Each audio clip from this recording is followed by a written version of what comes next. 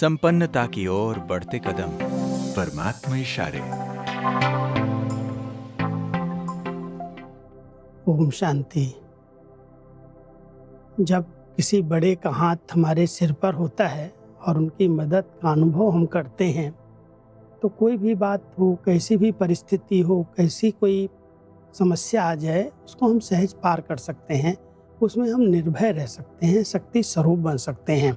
इसलिए परमात्मा हम सभी बच्चों को ये भी एक बहुत सुंदर विधि बताते हैं। अगर विजयी बनना है तो आप सिर्फ अपने सिर पर बाबा के हाथ का अनुभव करो। श्रीमत का हाथ अगर हमारे सिर पर है तो निश्चित हमारी विजय हुई पड़ी है। तो परमात्मा अपने प्रीत बुद्धि बच्चों को सदा विजयी बनने की एक बहुत सुंदर विधि बताते हैं और यही इशारा दे रहे हैं, जैसे कोई के ऊपर किसका हाथ होता है तो वो निर्भय और शक्ति रूप हो जाता है।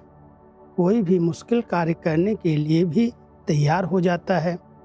इसी रीति श्रीमत रूपी हाथ सदा अपने ऊपर अनुभव करो तो कोई भी मुश्किल परिस्थिति व माया के विघ्न से घबराएंगे नहीं।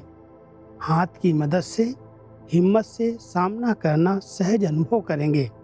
चित्रों में भी भक्त के मस्तक पर भगवान का हाथ दिखाते हैं, तो आप बच्चों के मस्तक अर्थात बुद्धि पर श्रीमत रूपी हाथ अगर है तो हाथ और साथ होने के कारण सदा विजयी रहेंगे। भक्ति मार्ग में एक बहुत सुंदर चित्र बनाते हैं। जो भक्त भगवान को याद करते हैं, उनके शरण में जाते हैं, उनके मस्तक पर भगवान अपना हाथ रख देते हैं। जैसे दुआओं का आशीर्वाद का हाथ रख दिया तो निर्भय हो जाता है, निश्चिंत हो जाता है कि भगवान का हाथ हमारे सिर पर है।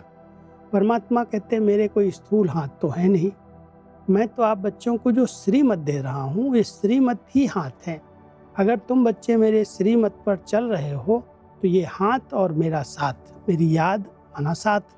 तो जितना हाथ और साथ का अनुभव होगा उतना सदा विजयी रहेंगे, निर्भय रहेंगे, शक्ति रूप रहेंगे।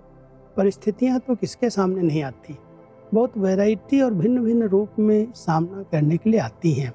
लेकिन अगर हमारा परमात्मा से सच्चे दिल का प्यार है, उनकी श्रीमत सिर माथे सदा बुद्धि पर श्रीमत का हाथ अनुभव करते हैं, उनके हाथ और साथ से हम सदा विजयी बन जाते हैं। कभी भी डर नहीं लगता, क्या करूं, कैसे करूं, इतनी बड़ी बात है। बाबा हमारे साथ है और उसको हम सहज ही पार कर सकते हैं। ओम शांति।